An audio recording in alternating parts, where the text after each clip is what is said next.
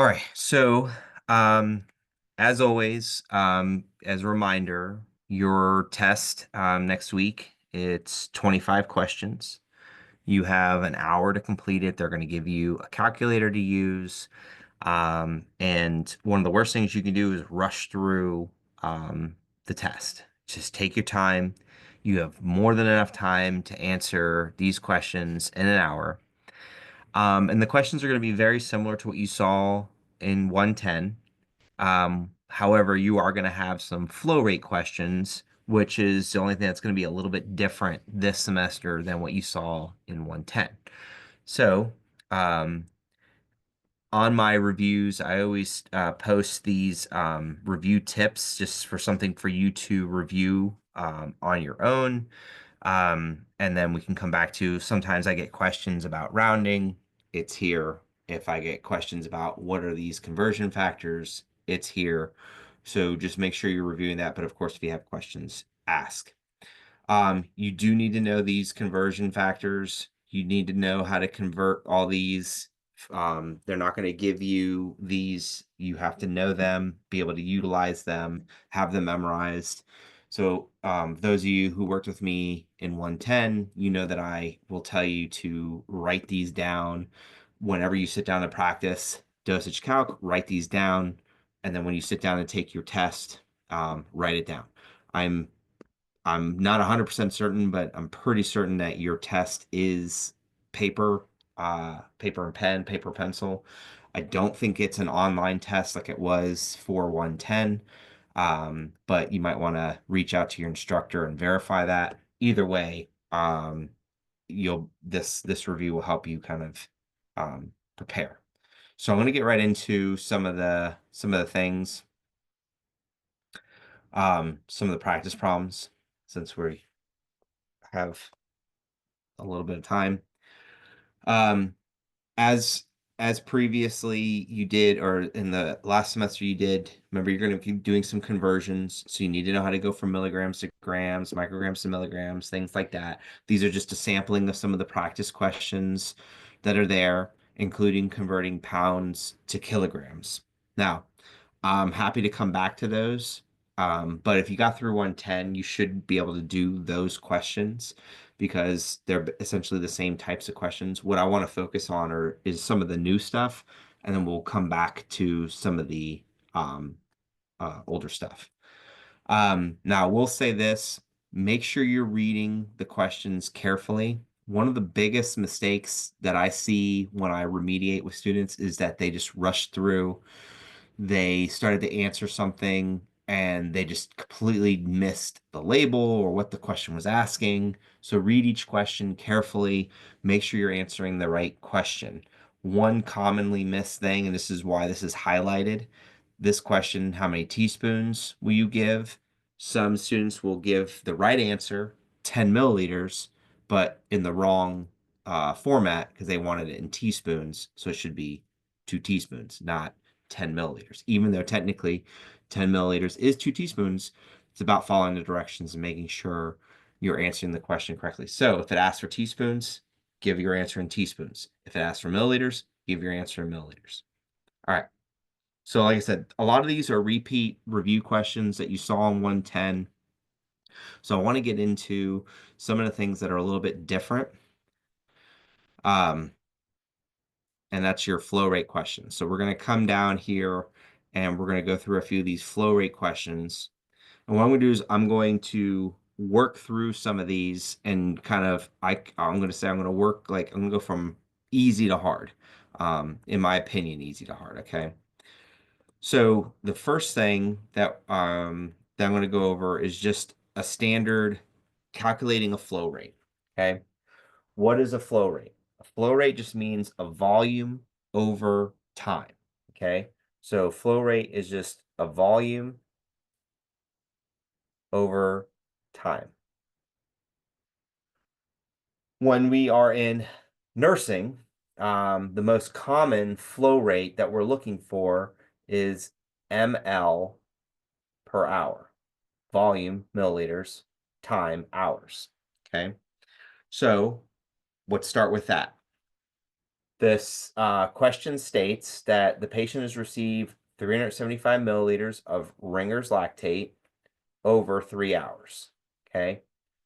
And then it says, what would you set the infusion pump to in milliliters per hour? Believe it or not, this is a very commonly missed question, and it's because a lot of students are looking for math to do.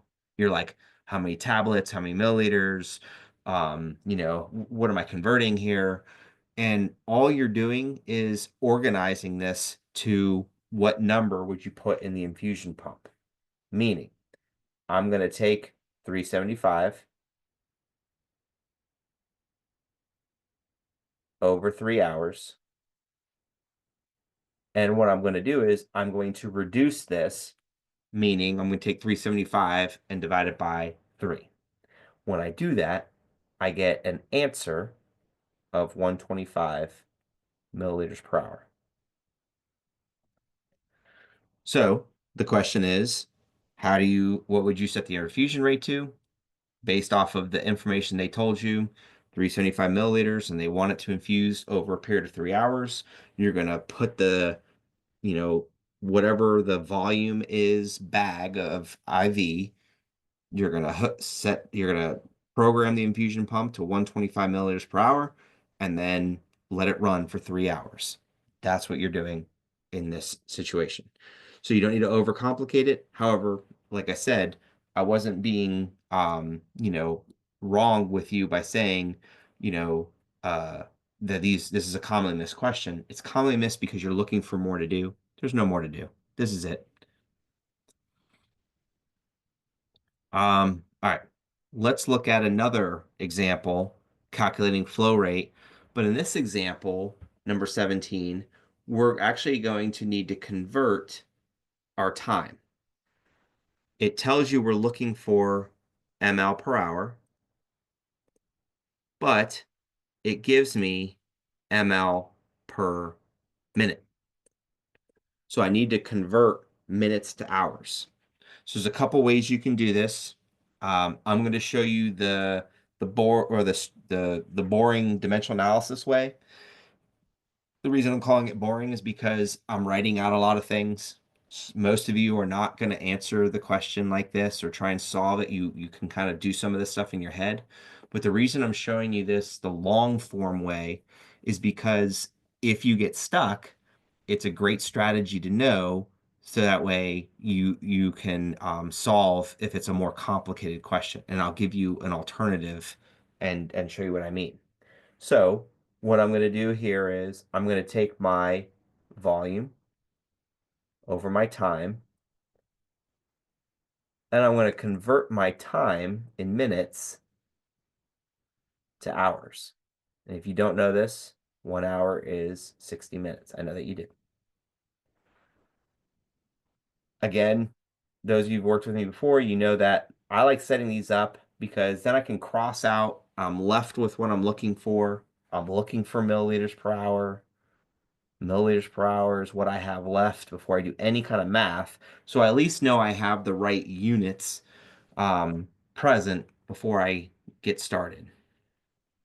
So I'm going to take my calculator. I'm going to take 120 times 60, which is 7,200, divided by 90, which gives me an answer of 80 milliliters per hour. Now, one of the reasons why I kind of role model this and show you this particular thing is because some of you are just like, well, I just took 120 milliliters divided by 1.5. Great. You know that 90 minutes is an hour and a half. I also do that similarly. That's how I would answer that question as well. But not everything's going to be 1 hour or an hour and a half. Okay. So what if it was something like 35 minutes? Do you know the decimal equivalent of 35 minutes or an hour? You might know 15, 30, and 45 or 0.25, 0.5, and 0.75. But then when you get into like, what if it was 42 minutes? Or what if it was 58 minutes? Or what if it was 22 minutes? there's a whole bunch of variety things, and so sometimes it's helpful to at least have another process or procedure that you can work through in case you get stuck. Okay, so practice that. If it's not something you're familiar with, it's a good thing to get familiar with because you will see variations of this question. Yeah, you'll see variations of this question. I was gonna say you saw it last semester, but and you did. Number 18. Number 18 is going to give you a volume, and it's going to ask you how long is it going to take for that volume to disappear? How long will that infusion run to the point where it gets emptied? Okay. So we have two pieces of information listed in number 18. We have an IV that's 500 milliliters, and it's infusing at 125 milliliters per hour. Now you'll notice I did not highlight 0.9%. 0.9%, 5%, really any of the percentages that you see just tells you the percent of electrolyte that makes up that IV. So this is 0.9% normal saline. Okay.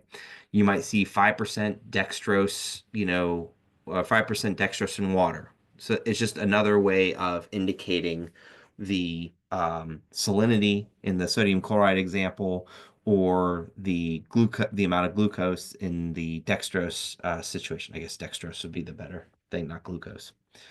So what's more important is the total volume. So the total volume is 500 milliliters.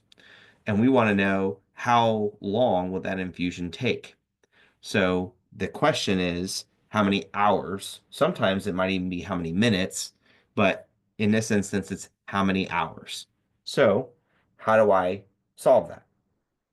Well, I'm going to take my um, total volume, 500 milliliters, and that is over one. You don't have to do this. I don't typically do this, but sometimes people get on me because I'm not keeping things even. And what we're trying to do here is we're trying to go from milliliters to hours via the flow rate of milliliters per hour. So the question I always ask myself when we're doing something like this is, what am I trying to get rid of? I'm trying to get rid of milliliters. And what am I trying to convert it to? I'm trying to convert it to hours.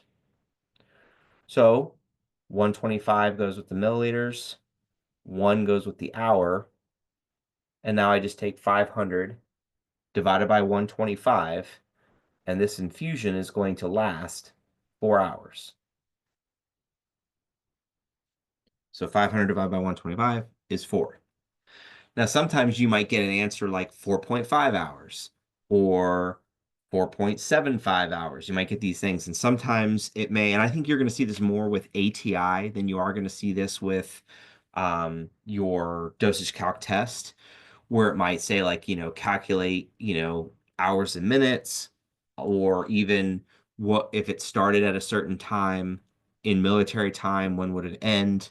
So you might have to do those types of calculations. I might have some examples of that on here, but those, I mean, I know that they're on your blueprint, but I don't know that you get asked that question too often. But I think what's most important is that can you get to the calculations? Can you find out that it's 4 hours is how long the infusion will run?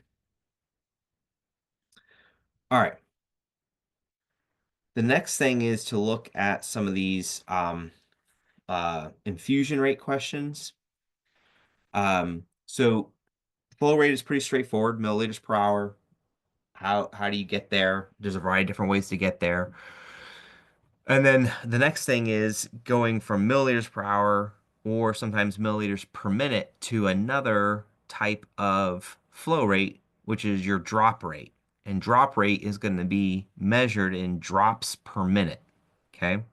So the abbreviation for drops is GTT.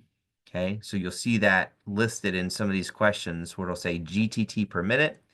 Now you know that GTT stands for drops per minute. And you might be wondering, why couldn't they just use DR? Well, DR is the unit for or the abbreviation for an apothecary unit known as DROMS.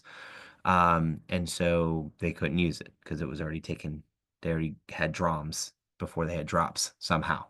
And if you're ever wondering, like, where would I see that fluid measurement DROMS? if you have a perfume bottle at home, a lot of perfume bottles are measured in drams. You can look at that and confirm that I'm saying that correctly. All right. So in this question, it's asking you to do a couple things. It's asking you to look at a label. It's asking you to look at a flow rate, and it's asking you to convert that flow rate into milliliters, go from milliliters to drops. So there's a little bit of a flow to kind of know how these things work, but I'm going to show you the kind of just the standard dimensional analysis way that I think hopefully will um, make sense as I go through this. So what we're going to do is we're going to look at our order or what our current rate is. So our current rate is 75 milliliters in 25 minutes. Now, part of you wants to convert that 75 milliliters, 25 minutes into milliliters per hour. I'm going to say, hold up, don't do that just yet. And the reason being is because what are we looking for? We are looking for drops per minute. Okay. So if we're looking for minutes in our answer or final answer, then don't convert minutes to hours. Okay. If you have minutes and it's looking for hours, then yeah, you want to convert minutes to hours. Okay. So it says you're ordered to administer dextrose 5% water IV solution at a rate of 75 milliliters in 25 minutes. What is the flow rate in drops per minute? And it also tells you the tubing package is labeled as shown. So one of the things you need to know about these drops is that they use specific tubing, and the tubing has a very specific diameter that's going to drop a specific volume per or a specific number of drops per milliliter, and then it gives you that information on the label. So like here, that information is 15 drops per ml. So what does that mean? That means for every 15 drops coming from this tubing, you're going to get you're going to get a milliliter of that particular medication. Now, that's kind of like having your drug label of, 15 milligrams per milliliter. It's just giving you your quote unquote available. Okay. But in this instance, we're not looking for available medication. We actually don't even care about the medication that's being administered for math purposes. We just care about converting the rates. So what I'm going to do is I'm going to set this up knowing that I have an initial rate of 75 milliliters per 25 minutes. Then what I'm going to do is I'm going to multiply by something that's going to help me to convert milliliters to drops. Do I have that? Yes. That's what that is. That's telling me for every 15 drops, we're going to get 1 milliliter. So without doing any math, you can see that I'm in drops per minute. So before I do anything, before I start plugging anything into my calculator, I can verify that I am in the correct units before getting started. Okay. So I'm going to take 75 times 15 divided by 25, or if I take 75 divided by 25, that's 3 times 15, and my final answer is 45 drops per minute. Now, before I move on from this, there's something you need to know about drops. You cannot give a partial drop. So you can't give somebody 44.5 drops, okay? So whatever your drop number is, if there's a decimal, you need to round it to the nearest whole decimal. So if it was 44.5, you would round that up to 45 drops per minute. If it was 44.4, you would keep it at 44 drops per minute, okay? You can't give somebody a partial drop. It's all or none. So I'm telling you that just as a reminder, or not as a reminder, but something to keep in mind because I know that some of you last semester may have missed a question or two that had to do with rounding. And, hopefully you remember, like, most things you're going to round to the nearest tenth. Some things you round to the nearest hundredth, like if it's a number less than one. So if like 0.45 is an acceptable answer, but with drops, you can't give somebody a decimal drop. So they get a whole drop. Okay. So that's kind of the caveat to some of the things that we've done previously, or maybe you've learned previously, just something to keep in mind. All right. One other example is this question here. So I'm just going to drop this down to the next page. All right. And so this says that we have another, we're looking for another drops per minute solution.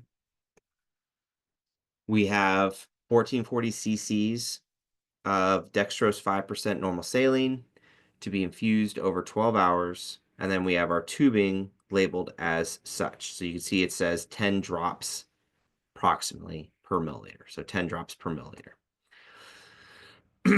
So we're looking for drops per minute, but we got this huge number here. We got 1440 cc's. Hopefully you remember that 1 cc equals 1 ml. So it's a 1-to-1 relationship. And then you have 12 hours. So there's a couple things you can do here. You can set this up any number of ways. In my mind, this is how I kind of work through this. I'll take that 1440. I'm just going to say ml just to make sure. And then 12 hours. Oops. And I'm just going to reduce that. Okay. So I want to know, what is that going to be in milliliters per hour? So you can do this any way you want to, but this is just the way that instinctively I like to do it. So 1440 divided by 12, and now I'm at 120 milliliters per hour. Okay. Now, and all I did was I took 1440 divided by 12, and I got 120 milliliters per hour. Now, I can also, before I do any kind of math, you might be like, do you need to write in your conversions for minutes to hours? If it's helpful and you want to do that, that's fine. But for me, I'm just going to write, okay, well, that's the same thing as 120 ml per 60 minutes. So I already know that 1 hour is 60 minutes. So all I'm doing is making some conversions here. I reduced 1440 divided by 12 and then converted hours to minutes. That's all I did. Okay. So you can show that. You can show, times 1 hour over 60 minutes. You'll get to the same answer. That's fine. Just make sure you're in minutes when you get to your final answer, because the question tells you to find drops per minute. Now, again, I don't want milliliters per minute. I want drops per minute. So I just need to know, can I convert milliliters to drops? And you can, because of the tubing tells me 10 drops per milliliter. 120 over 60 is 2 times 10. So I would get an answer of 20 drops per minute. Again, make sure that you have a whole number when you answer these questions. You cannot give someone a partial drop. It's all or, well, it's not all or nothing, but it's a whole number. Okay. Usually most of these questions are going to be written in a way that you will get a whole answer, so it shouldn't be a problem, but just giving you a heads up to pay attention to that.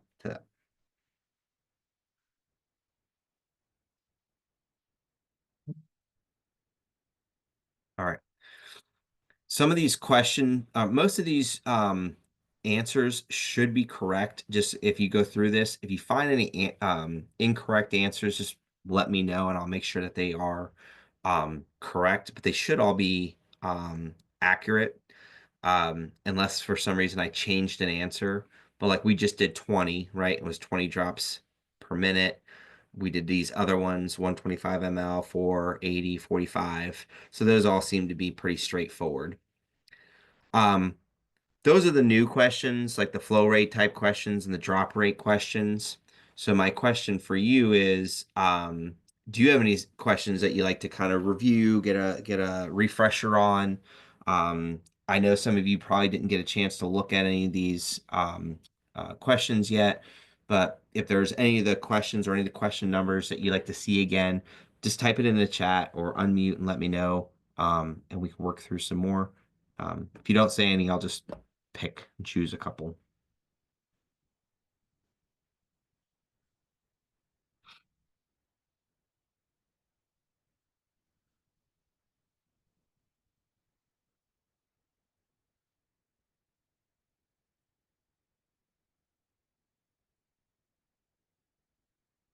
Oh, here we go. All right, so some questions here. Are there multiple drug calc tests in our second semester? No, you just have the one drug calc test. Is the session on Thursday identical to this one? Yeah, I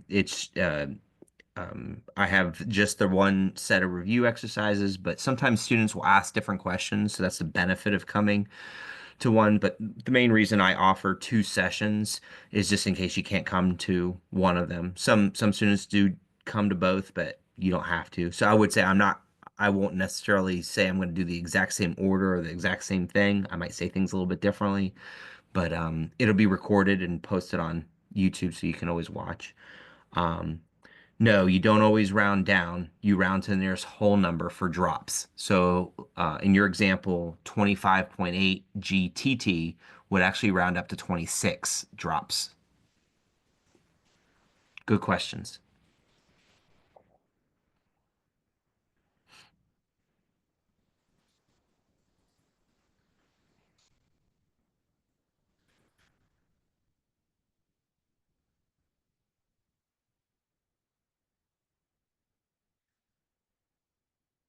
All right. So I'm going to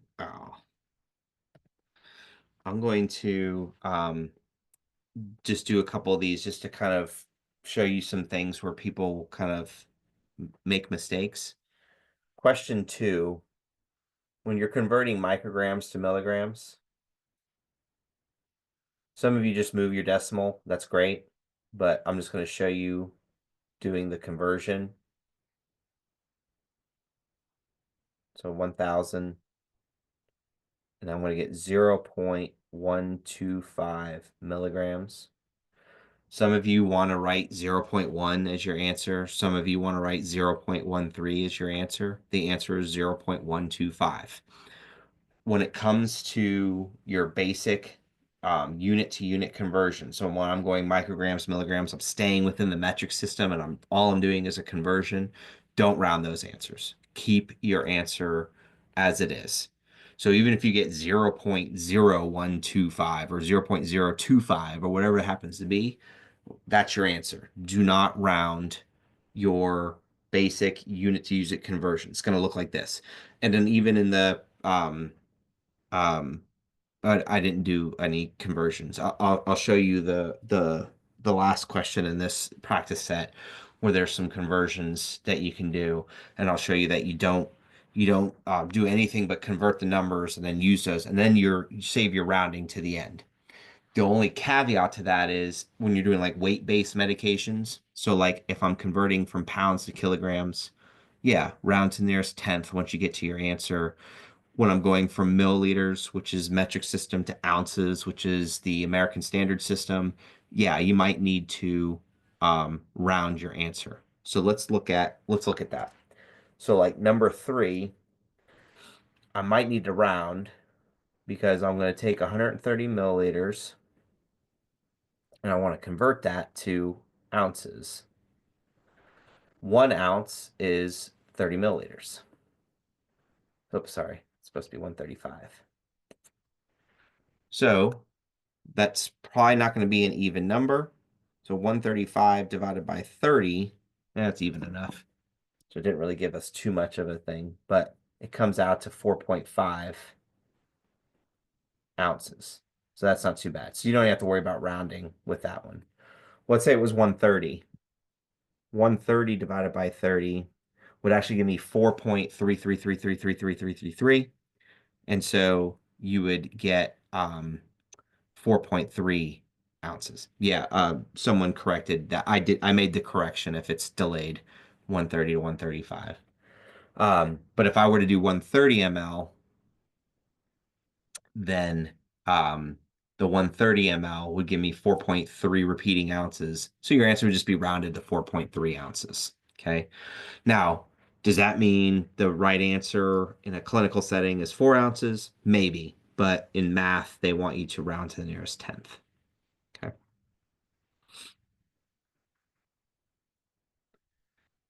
Um, Another rounding type question. This should be a rounding question. 131 pounds, and then the patient's weight in kilograms. So I will tell you that as much as I'm the quote unquote dimensional analysis guy, whenever I'm doing um, you know, pounds to kilograms, I'm just keeping it simple. I just divide by 2.2 and I get my answer. Okay. Um, where the benefit of this is let's say occasionally you multiply by 2.2, then it might benefit you to write this out dimensional analysis wise. But anytime you're going from pounds to kilograms, the number gets smaller. Okay. Anytime you go from kilograms to pounds, the number gets bigger. So 131 divided by 2.2 is going to give me a number of, and I'm just going to write out exactly what it says in my calculator to a point. So it says 59 point, and then it just keeps going like this, 54, 54, 54. Your teachers don't want to see this craziness of an answer. They want you to round your answer to the nearest tenth. Okay.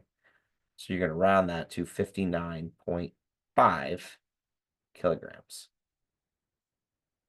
Don't leave it at 5.4. Don't round that up to 60. Round it to the nearest tenth. Okay. Now, in when you get to like hospital setting or clinical setting, you might just round your answer up to 60 or whatever it happens to be. But I would say in the CCAC dosage calc math bubble, round to the nearest tenth, except for the few times that you're not supposed to do that, which is right now all you know is the drops, and then now you know not to round to your basic unit to unit conversions. Yes, I was actually just Taylor, I was just getting ready to do number 6 because I know that's one that gets asked. You're welcome. So, number 6, again, I'm going to, and I went over this in 110, but this is not necessarily a dimensional analysis type of question. I think it's more of a ratio proportion question um, than anything else. But a lot of it is just knowing what pieces of data to use because there is some extra information in here. Because I just introduced you to flow rate, right? So we talked about volume over time. And so anytime you see these things like hours, now you're going to be thinking, oh, is this a flow rate question? So in this question, it's asking you to calculate replacement volumes. It's not asking anything about time, okay? So if it said a replacement volume rate, then maybe, but two pieces of information tell you not to worry about the time is replacement volume and that they're just looking for milliliters. So you don't need to account for the hours. But there's a lot of volumes here. You have 125 milliliters of urine output, 40 milliliters of replacement, and then another 500 milliliters of output. Okay. So now we got to just kind of have an idea of what to do with that information.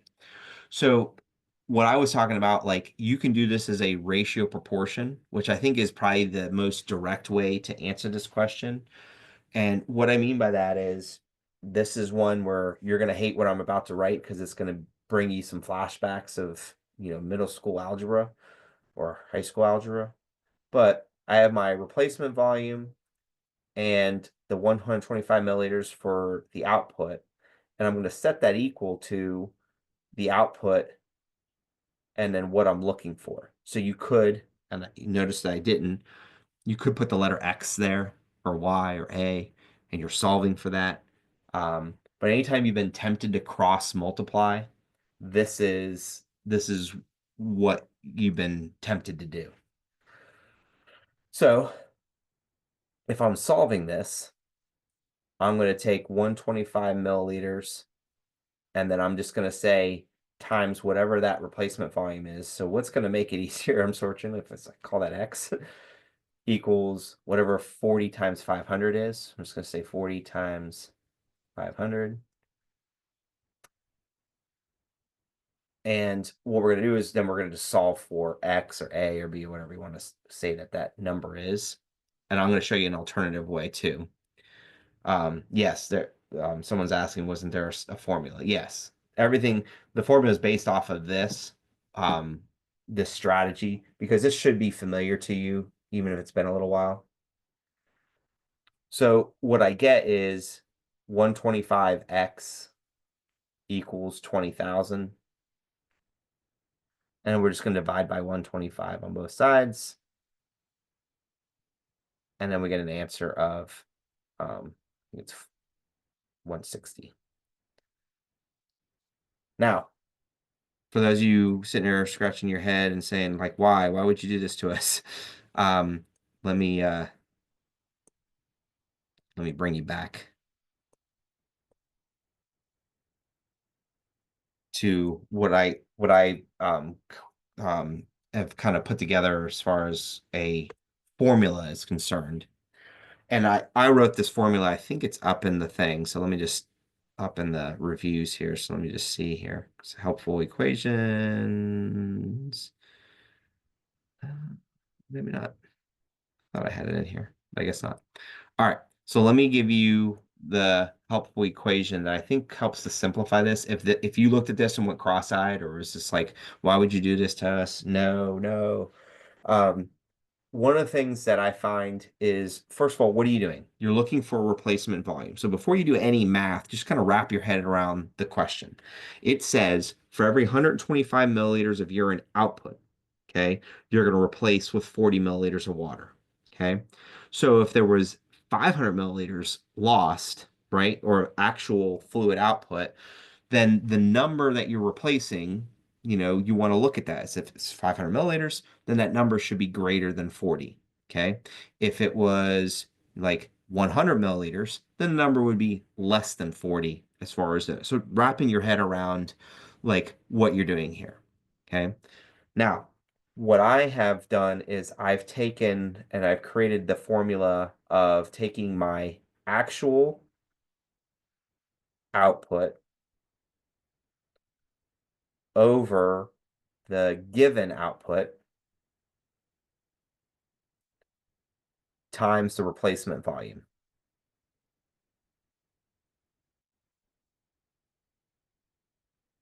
Okay, so all I've done there is I've rearranged this ratio proportion question, which some of you are already doing anyways.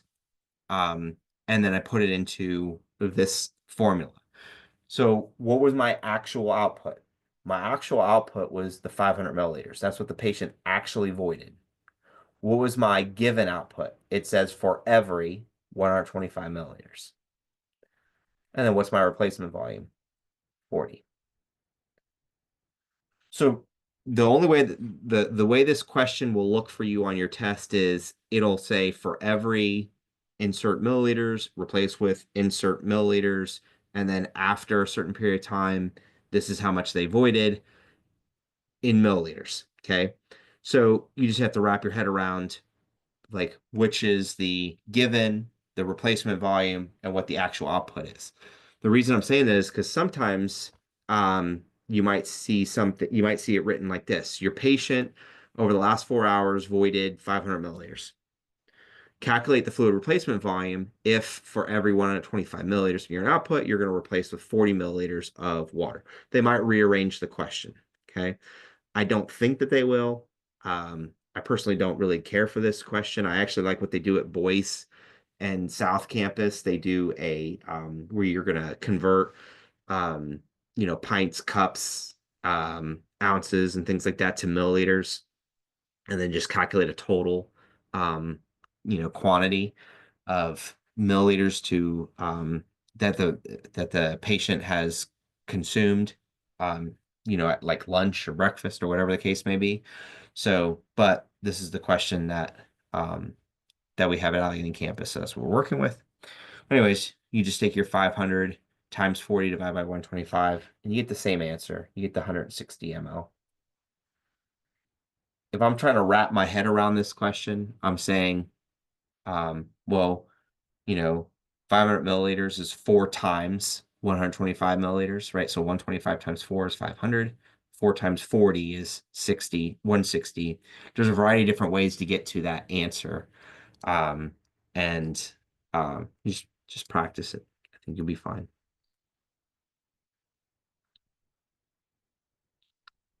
All right. So that was pretty much the main things that I wanted to go over. We have like another 10 minutes. If you have any specific questions, or any questions you'd like to see done over again, I'll slowly scroll. Okay, yeah.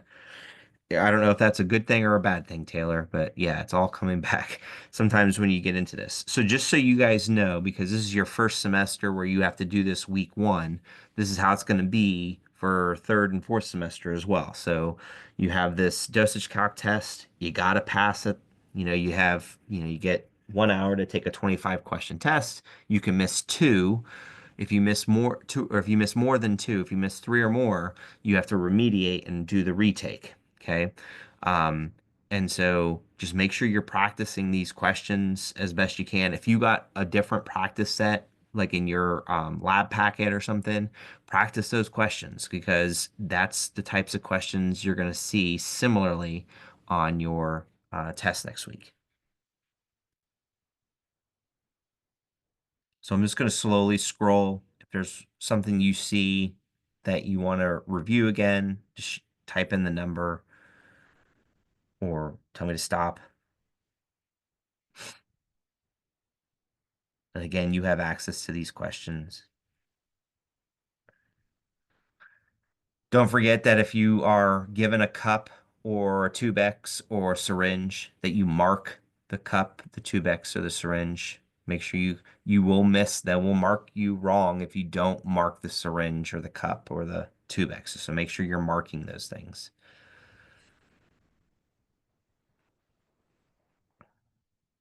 If it says the answer or if the question says to circle the correct amount on the Tubex, I think if you're putting a line there, it's probably fine. I don't think you need to circle it.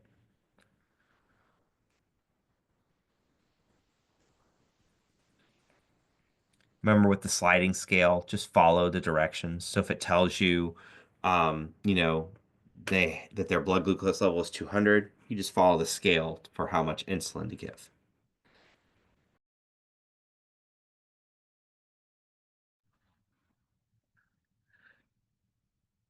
Remember with your syringe, if you get this question, I find that this question seems to be getting phased out. But remember, when you're marking your syringe, you always choose the one when it comes to insulin. You're choosing the one that has insulin listed on it, or units, I'm sorry, listed on it. So almost all the time you're marking syringe B. I always write in this information. So before, like if you get this question or a question similar to this, I always write in when it says what to draw first. You're always going to draw regular first. So I always put the units of regular first and then the correct total medication. And then I'm making marks on the syringe. So my total is at 50, right? And then where they want you to mark the regular is actually between the 40 and the 50, right? Because this is your 10 units here. So that's your 10 units of regular. The 50 is your total, okay? And then the 40 units is where you're finding that NPH. So if this is your first time seeing this, you may have noticed that I've um, on previous reviews, I've written this down so you know what's represented in these different volumes. Now, in reality, and for those of you who have done these mixtures, you know that they don't stay separated, right? They mix, okay? But based off of the textbook, the reference textbook, this is how they want you to indicate if they ask you this question. My hope is that they're just going to ask you, what is the total? Okay, you're just adding them up. Or it might ask you like, which one would you draw first? Regular first, right? And then whatever the non-regular, whether it's NPH or whatever, then that's the one you draw up second. But it's more procedural than it is math. And then we looked through the majority of these already.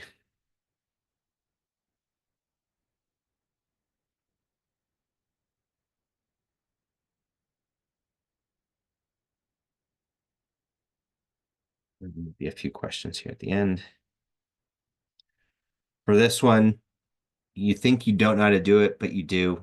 All you're going to do is calculate the milliliters for the visceral medication, calculate the milliliters for the mepridine medication, add the milliliters up, and then round to the nearest tenth if it's a number greater than 1, which I believe it is.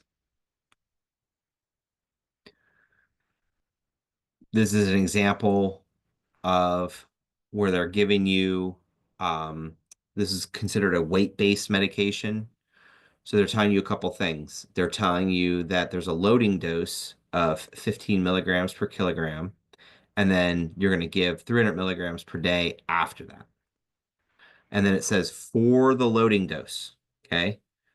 So if we're talking about the loading dose, we only care about the 15 milligrams per kilogram. Don't care about the 300 milligrams per day because it's only asking me about the loading dose. And then it says how many milligrams, right? So you don't have to worry about tablets or capsules or milliliters would you administer for a patient weighing 176 pounds? So in this question, you're just going to take the patient's weight, pounds, convert it to kilograms, multiply by 15. So the only way that this question really changes is what is the loading dose and what is the patient's weight? So for practice, you can use your weight, a friend's weight, parents' weight, significant other's weight, try and use some adult weight and calculate a loading dose, and then try 5, 10, and 15 milligrams per kilogram just to get practice with doing that particular thing. And then lastly, this number 23, you have 500 micrograms of a particular medication, and then it's available at 0.05 milligrams per milliliter. So you have micrograms and you have milligrams. So you want to make sure that you either convert micrograms to milligrams or convert milligrams to micrograms because you can't relate units that are not the same. Meaning I can't compare milligrams to grams directly. I need to convert one or the other, or like in this instance, micrograms to milligrams. Okay. So I'm just going to go ahead and work through these last two questions just real quick. So you have that. If you need to bounce, that's perfectly fine. I'll be back on Thursday at the same time from 12 to 12:50. And if you have any questions between now and Thursday, you can always email me. But I'm going to go ahead and work through 22, 23. If you want to stick around, great. If not, and if I don't hear from you, good luck on your test. But I'm going to go ahead and do these. This packet is in the shared OneDrive folder. So if you go to Allegheny 130, you'll see it there. And also there's an archive folder in there, and it has all the previous reviews listed there as well. So it's where you got this Zoom link. It's the link below where it says the dosage calc shared folder or shared practice. I can't remember the exact folder. When you click on that, you'll see the different folders available to you and all the different documents. So the whole thing is available for you. So the first thing I'm going to do is I'm going to convert 176 pounds to kilograms. So I'm divided by 2.2. I think 176, sorry. I think that's 80, but let me just double check. 2.2, yeah, 80. So I'm just going to take 80 kilograms and I'm going to multiply by the 15 milligrams per kilogram. That gets rid of kilograms. And then I'm left with my answer, which is some big number, 1,200 milligrams. So it does specifically say how many milligrams, but you could say, well, I can convert that to grams, 1.2 grams. Great. But don't write that answer because it specifically says how many milligrams would you give. For this one, like I said, you can convert micrograms to milligrams or milligrams to micrograms. What I'm going to do is I'm just going to convert micrograms to milligrams because it's right here. So I'm going to take my 500 micrograms and I don't want micrograms, I want milligrams. So 1,000, and I'm going to get 0.5 milligrams. Now I can convert milligrams to milliliters. So milligrams, milliliters. Those of you doing ordered over available, that's perfectly fine if you're doing that. There's no, like, you have to do it this way. It's just make sure you're getting a consistent answer. I write these things out this way because it's easier for me to show, and not everyone does ordered over available. And so that's why I don't necessarily show it that way. Okay. So this says 0 point, my available is 0.05 milligrams per milliliter, and then I'm going to get an answer of 10 milliliters. All I did was take 0.5 divided by 0.05, and I get 10. So, all right. Well, I'm going to take a short break before my next review session. So like I said, if you have any questions, you can email me. Or like I said, just jump on Thursday. And if I don't hear from you, good luck on your test. Hope you do great. And have a great semester. You're welcome. Yep, you're welcome. Absolutely.